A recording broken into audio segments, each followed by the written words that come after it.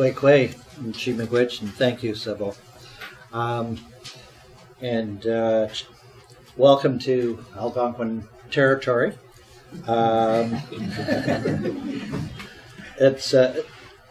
glad to hear some acknowledgement there in the sense, I know in Lanark County, we approached the county council, a place that I sat at for many years, and recently they've adopted recognizing the territory and working on some of the Truth and Reconciliation, some of those 94 recommendations. I think even if they work on one, that'll be great. And last night, James Bartleman, Romeo Saganash, and others welcome some people to a United Church function. And it's interesting because I actually served both on band council and municipal councils for over 30 years total. And I used to sit there silently, especially in municipal council. We had this moment of silence. And I remember in the year 2000, we had an artist who created stained glass windows. And he approached me, really without going to the rest of council, and he said, I'm going to put some symbols from the petroglyphs north of Norwood into those stained glass windows. So I had the opportunity to say in my moment of silence, pray in Algonquin, honor those symbols, and think of the values. I like what you did. Think of those values and how they apply universally. And so I had the opportunity to work with Elder William Commanda, and I'm gonna touch base on that influence. This is a picture of him. He was on the front page of the Citizen when he passed away in 2011. He was an officer of the Order of Canada, and he and I roamed the world together, mostly trying to get into trouble, I guess, but not really. In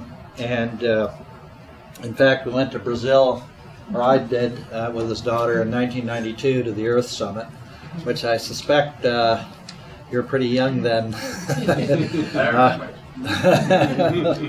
Yeah. And that summit gave birth to multilateral agreements, particularly on climate change, and Convention on Biodiversity, something I've been part of. Okay. I got told that I had a little less time than I thought, so I better pay attention to that. And we'll get into the slideshow. I just at our table had some fascinating conversations. I suspect that if we had a couple of days and a lot more food, I'd be talking right till the end of that time frame, but we'll speed it up here. Hoping the technology works well. All right, there was supposed to be a picture that's on the second slide. I want it on both slides, but being a little clumsy with these things, I missed out. But what I'm talking about here is a three-figured wampum belt. Yeah, that helps. I'm referring to William Commanda and the wampum belts. I'm just going to touch on the one point here. Created out of the purple and white shells of the quahog in the distant past. And by the way, he searched all his life. He lived to be nearly 98 to be able to figure out how to drill a hole in the peelings, that are created from that shell, and he never did. I was at an Indigenous conference a couple of years ago after William had passed, and my wife ran into somebody who had just figured it out. And so they have reintroduced making wampum to the Wampanoag First Nation in Massachusetts and to a few others of us. And I have some of those beads that if I remembered I would have brought with me. But okay. So this is the wampum belt. This is a three-figured wampum belt. And it says that the Indian in the center drew the hands of the French and English together to entrench friendship. By the way, these are William's words. Agreeing to share the vast land, the grand natural resources, and their values. in equal parts and to forge a new and strong nation as envisioned by the prophecy of the seven fires. It's another wampum belt. You could ask me about it afterwards. I got to be careful of my time here. The fact that it was a sacred agreement was signified by the symbol of the Vatican on the side of the belt. And I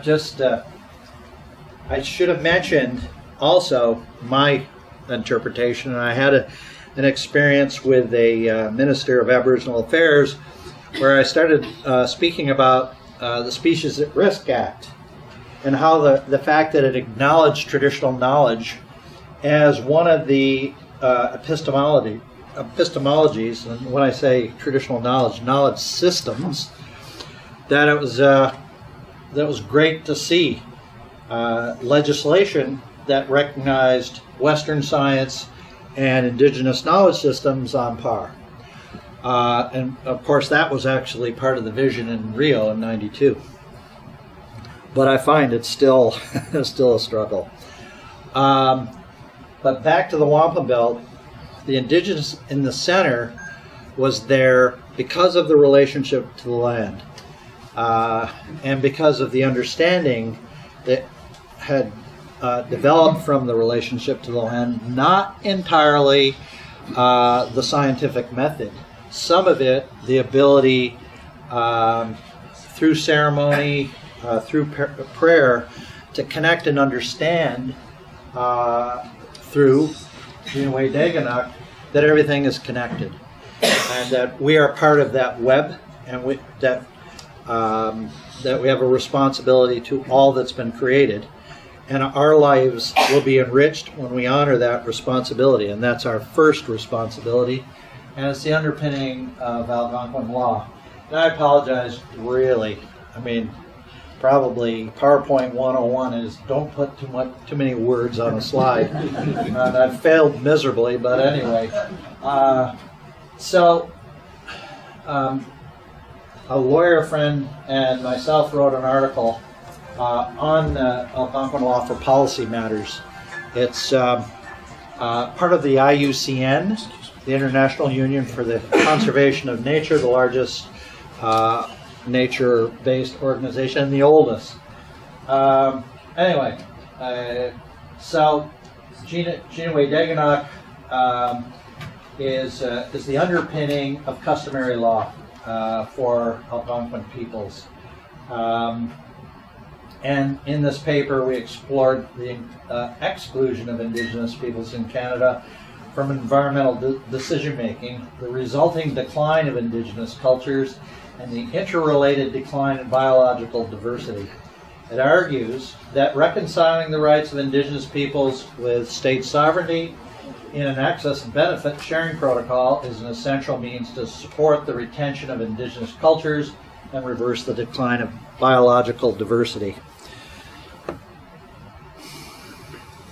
We probably could have stopped on just one. Despite constitutional amendments and Supreme Court rulings, Canadian legislation and policy remain at odds with Indigenous people's rights in relation to the environment. Some of us were talking about Chaudière, and as a human rights commissioner, we're starting to look at. You probably have heard about racial profiling in policing in cities. Well, Indigenous peoples have experienced that through the enforcement of conservation laws that aren't in harmony with Indigenous rights. And it results in all kinds of problems for all of us. Reconciliation, called for by Canadian courts, and must include the simultaneous pursuit of the protection of human rights and the environment, and respect for both cultural and biological diversity. I'll come to it shortly, but it's a big part of the work that I'm involved with through UNESCO, and biosphere reserves are one of the manifestations where we get to work some of that stuff out, and here we are. The United Nations Man in the Biosphere Program just under 700 biosphere reserves around the world. I just got back from France, where I chaired an Indigenous workshop on biosphere reserves in the Euromab region. The world is divided up into 5 regions, Euromab, so Europe and North America are in one region. It's challenging at times.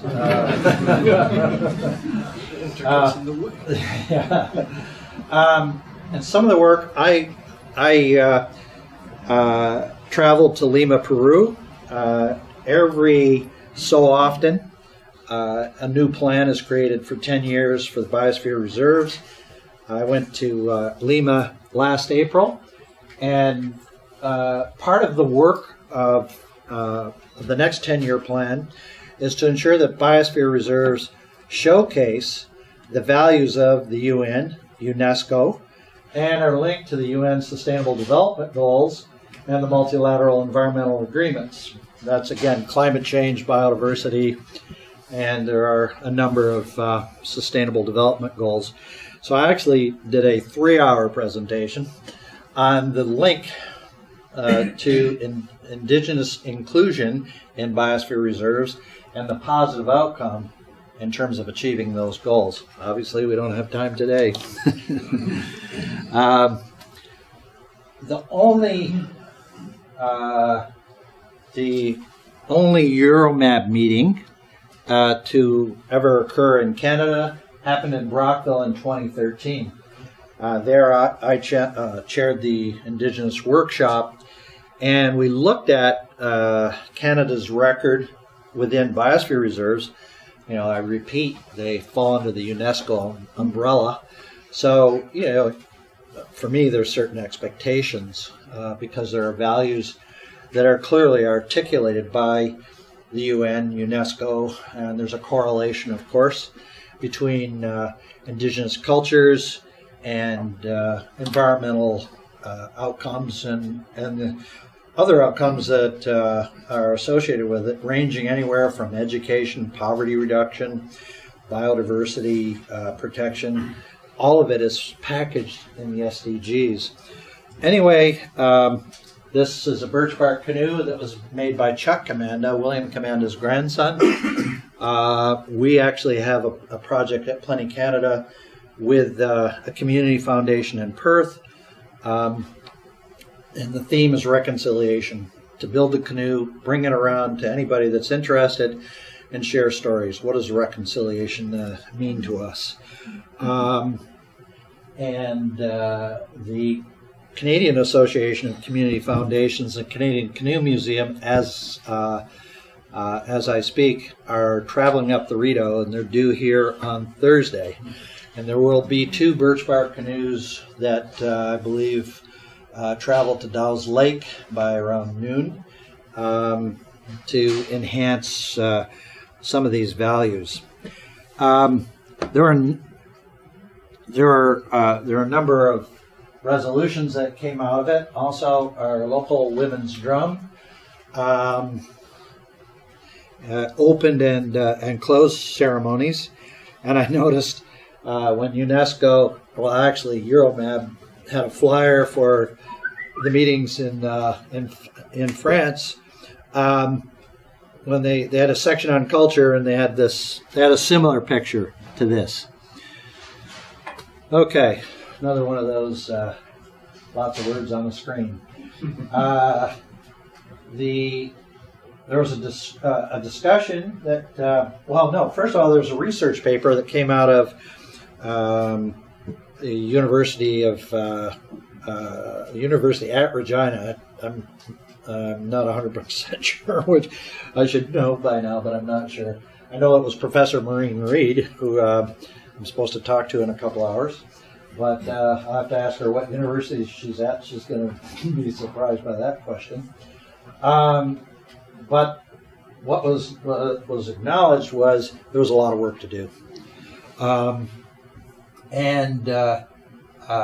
however, a year later, 3 years later, the Lima plan said that one of the priority action items was that every biosphere reserve should carry out a planning process that assures participatory management, especially for traditional, local, and Indigenous communities. So there will be a conference, actually, the Canadian Biosphere Reserve Association at Manicouagan, north of Baie-Comeau, where there is an excellent example of cooperation amongst First Nations and the local community. All 18 biosphere reserves in Canada are in treaty or non-treaty traditional territories, suggesting that these obligations are relevant to all participants in the BR program. Interestingly enough, the only one east of the Rockies is Frontenac Arch Biosphere, which is roughly Brockville, Kingston area, my territory. We Algonquin have never had a treaty, so we're one of the few exceptions. Yes, and this is essentially saying that there were some mechanisms to try and improve those relationships that came out of that conference. There's yes, and working groups that were established. Okay. Then there was a cross-cultural committee of Euromab that decided you start with relationship building. And so I'm not going to read all of these, but you'll see that rather than focus on projects or hard deliverables, it was around building strong relationships. And I was I'm part of a team helping the Niagara Escarpment Biosphere Reserve engage Indigenous peoples in the Biosphere Reserve, which, by the way, is 700 and some kilometers long. It's huge. And we had a meeting at Six Nations Polytech, and Rick Hill, who, if any of you ever happen to catch the Smithsonian, I believe it's the Knowledge Channel, I see him from time to time talking about wampum belts, and he's considered quite the scholar on the subject. He's been part of the National Museum of the American Indian in Washington, done a lot of work with now the Museum of History and various other institutions in between. And so he talked at that meeting about that anything we produce would be directly linked to the quality of our relationship. And you'll hear that from Indigenous peoples often. It's before we go do something, let's make sure we're good friends, that we understand how we're going to govern ourselves, what those principles are of engagement, and what we're trying to achieve. So there's, and Henry Lickers from Akwesasne, some of you may know him, he gets around, and I do work with him, but so you see the Haudenosaunee values shining here in the great way of peace. And of course, valuing Indigenous traditional knowledge as on par with other forms of expertise. Speak from your heart. William Commanda talked a lot about the fact that it's important how we prepare ourselves when we meet, that we bring our mind and our heart together. Our ceremonies are meant to do that.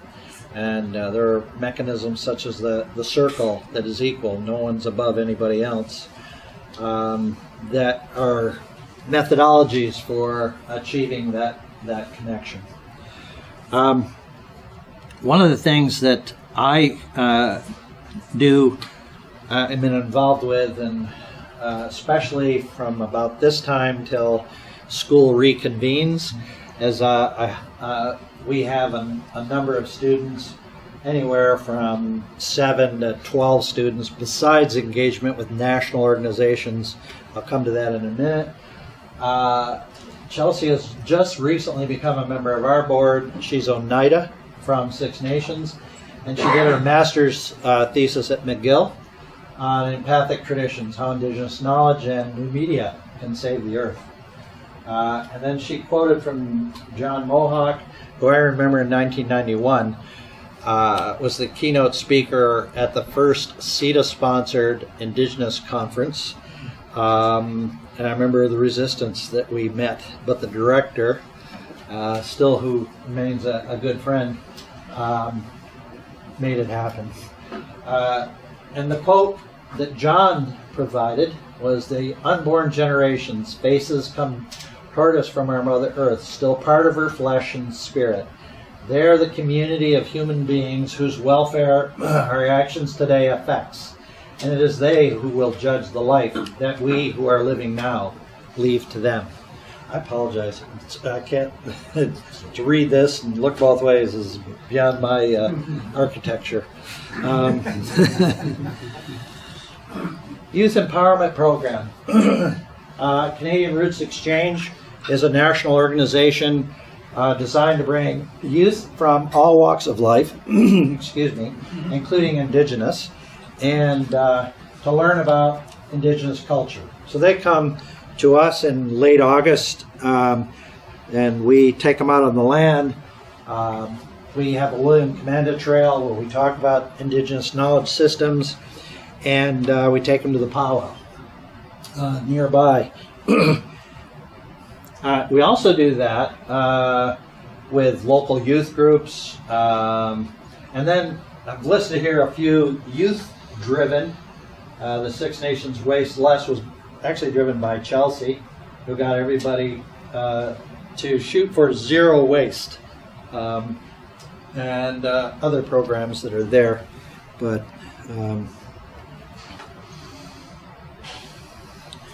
okay, now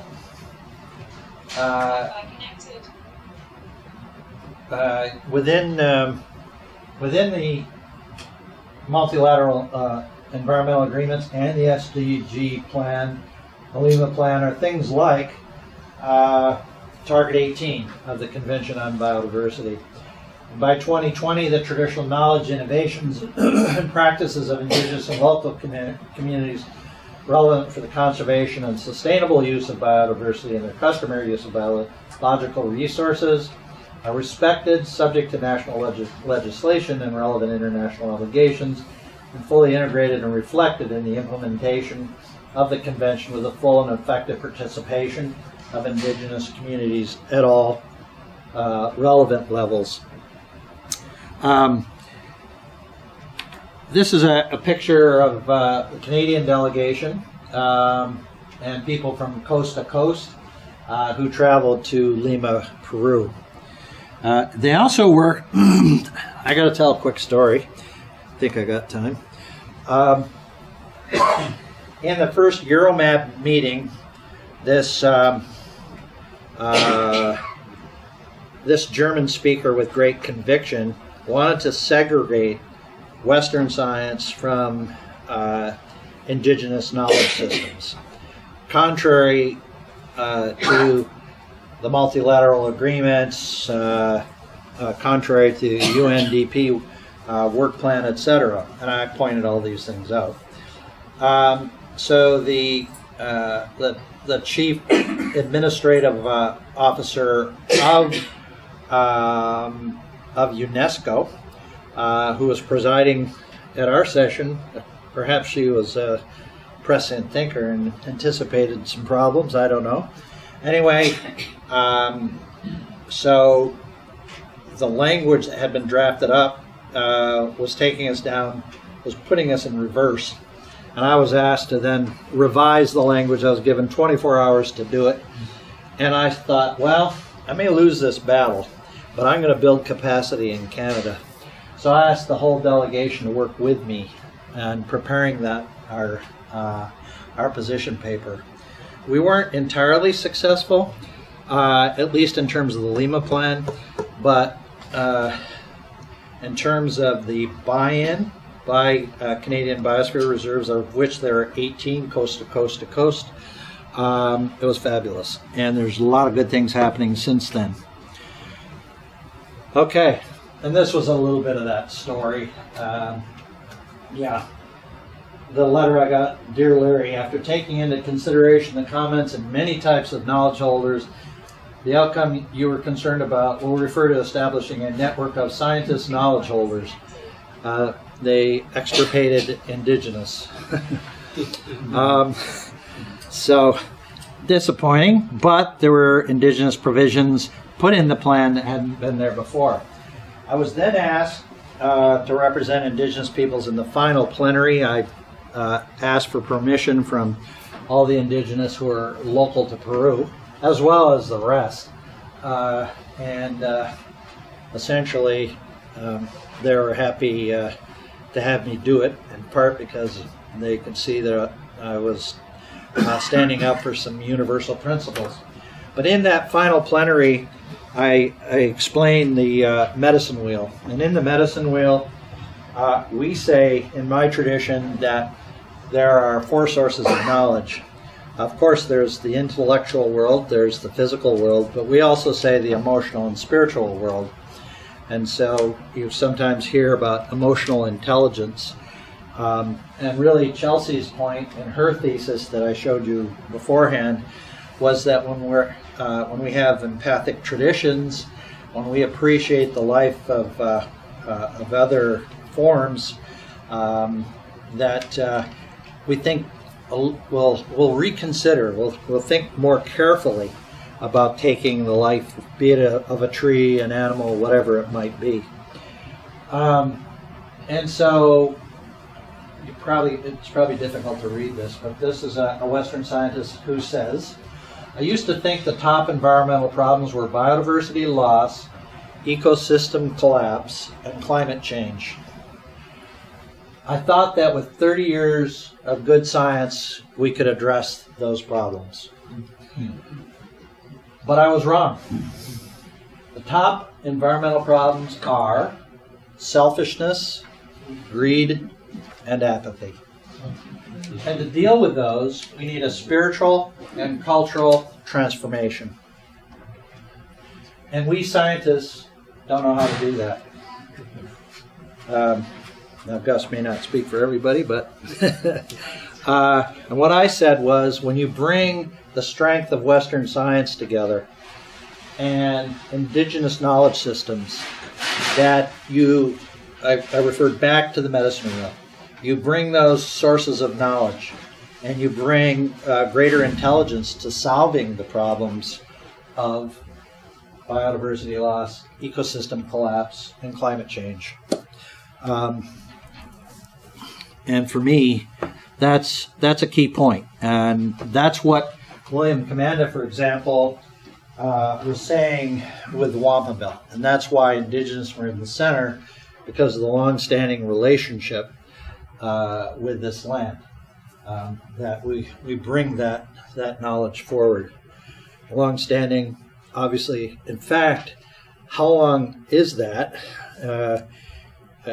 Archaeology is revisiting the timetable and saying, well, looks like indigenous peoples were here a little longer than we thought, with discoveries in the last couple of years. Finally, this was at the Canadian War Museum. These 2 gentlemen are from Sautwe in the Northwest Territories. The first indigenous managed biosphere reserve in the world. And on April 3rd, UNESCO had a special ceremony. Canadian ambassador was there. Elders and representatives from Sautwe, my wife and I, and others, to celebrate this new initiative.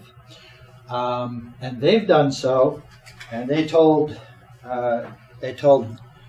cultural stories of their responsibilities to Great Bear Lake, the largest freshwater lake fully within Canada's borders.